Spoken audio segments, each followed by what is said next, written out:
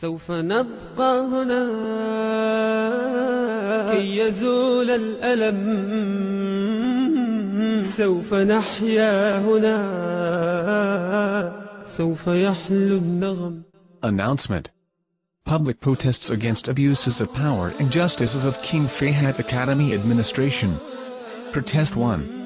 Venue, Bromyard Avenue, East Acton, Ealing, London, W37HD. Date, Friday, 18th of January 2013. Time, 3:00 p.m. to 4:00 p.m.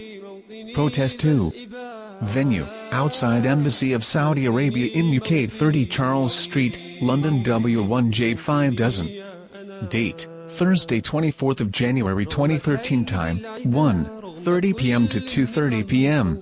Dear Sir/Madam, concerned parents, campaigners of good quality education, human rights activists and various other stakeholders are staging a peaceful protest against abuses of power and injustices of King Fahad Academy Bromyard Avenue, East Acton, Ealing, London, W37HD and are calling you to join them in their protests.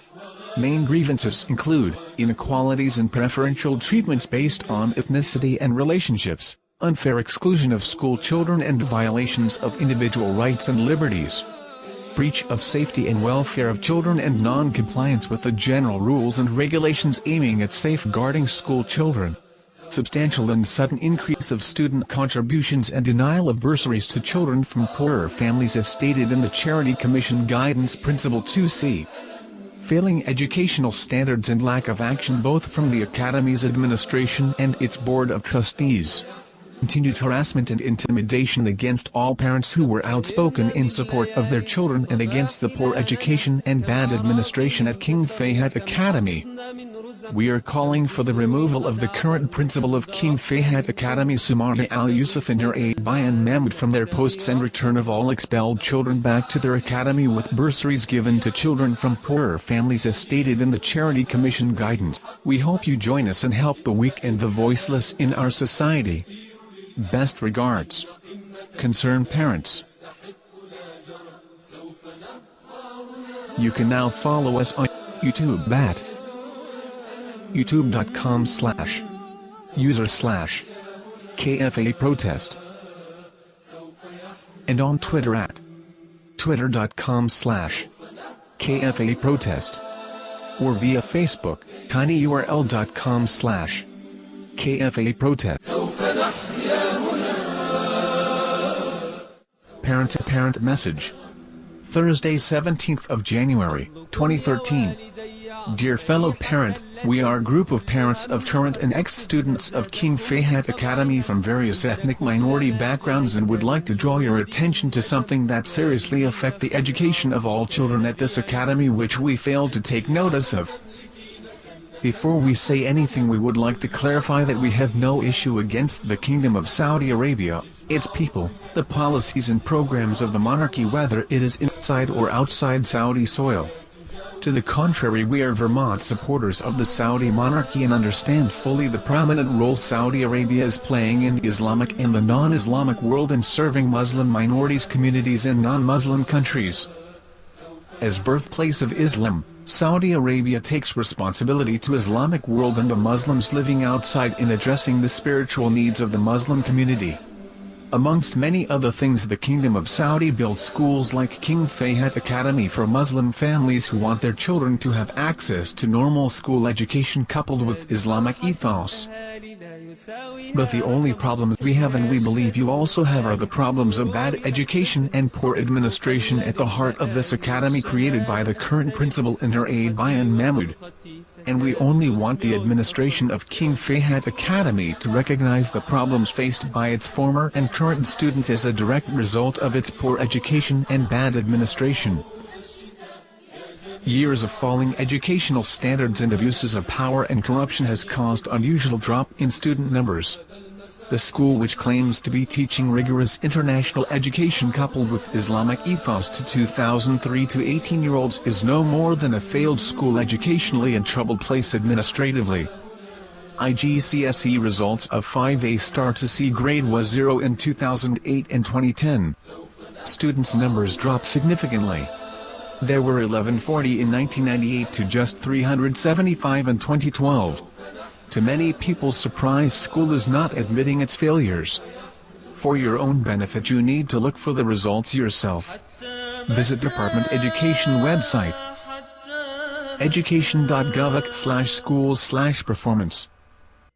Also click on Performance Tables 1994 to 2011, then choose any year you want to check, then click on Secondary School GCSE and equivalent. Please be aware that anytime you want to know about the performance of this academy at local, regional and national level, or you want to know about the educational attainment of the school children, they will either give you misleading information, tell you the academy is among the top performing schools in England, or tell you that they are not part of any group, or give you evasive answers.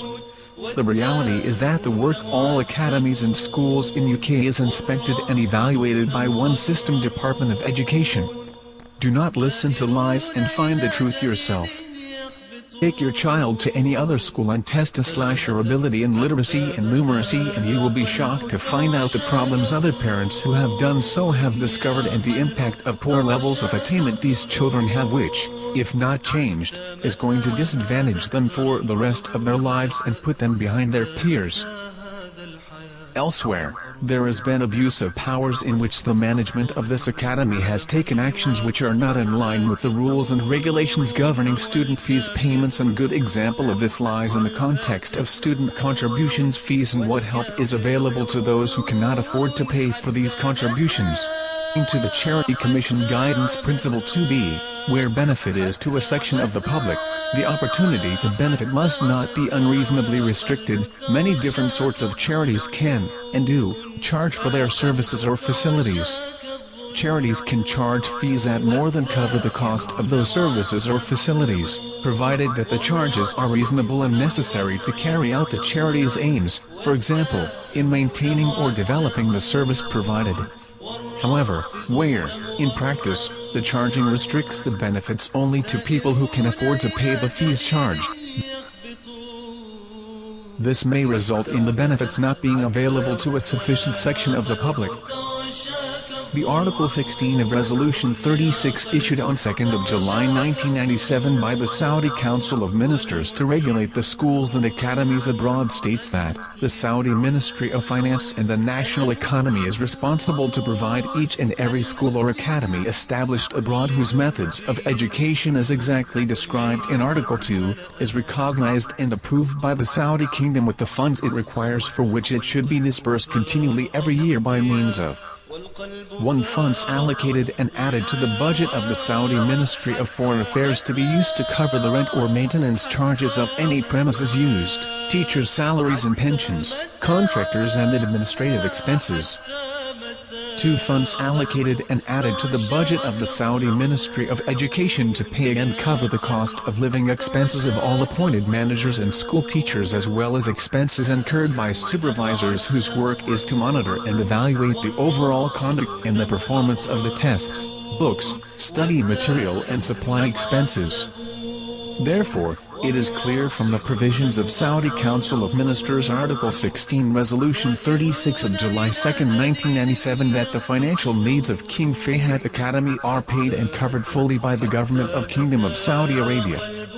And this leaves us constantly question the pros and cons of the hefty charges imposed on poor students at this King Fahad Academy and the legitimacy of the actions taken by this academy's headmistress Sumaya Al-Yusuf to expel students from the academy simply because they could not afford to pay for the contributions fees. Also, Principle 2c, people in poverty must not be excluded from the opportunity to benefit. The fact that the services will be charged for and therefore provided mainly to people who can afford to pay does not necessarily mean the organization's aims are not for the public benefit. However, if an organization's aims excluded people from the opportunity to benefit because they could not pay the fees, then its aims would not be for the public benefit. In particular, people in poverty must not be excluded from the opportunity to benefit. So it would not, for example, be enough to reduce very high fees slightly to enable more middle-income people to benefit, if people in poverty were still excluded from the opportunity to benefit. Again, it is clear that the administration of King Fahad did not follow Charity Commission guidance, and the children from poorer families' entitlement to bursary as set out in Principle 2C, was denied. And it is sad fact that many children who could not afford to pay for the contribution were forced to leave the academy. All in all, we want to make clear that we are not enemies of anybody, but we are fighting against the abuses of power and corruption at the heart of this academy, and will continue to fight until justice is restored. We are calling for authorities here in United Kingdom and in the Kingdom of Saudi Arabia to investigate this matter and do something about it immediately and comprehensively. We are calling for the removal of the current principal Sumaya Al-Yusuf and her aide Bayan Mahmoud from their posts, and to replace with them principal and staff who understand about the needs of the academy, its students and their parents, and who can restore the noble status this academy once had. There is no smoke without fire. There is good reason why many parents are unhappy about what has happened to their children at KFA and what is continuing to happen to those who are still remain there. We hope you understand everything. Please join us in our 2 peaceful protests against the wrongdoings of King Fahad Academy administration. Protest 1 will be taking place outside the main entrance of King Fahad Academy on Bromyard Avenue, London, East Acton, Ealing, London W37HD on Friday, 18th of January, 2013 between 3:00 p.m. to 4:00 p.m. Protest 2 is going to take place outside of the Saudi Arabian Embassy of 30 Charles Street, W1J5 dozen on Thursday, 24th of January, 2013 between 1:30 p.m. to 2:30 p.m. May Allah help the poor and the helpless amongst us. Best regards. Concerned parents.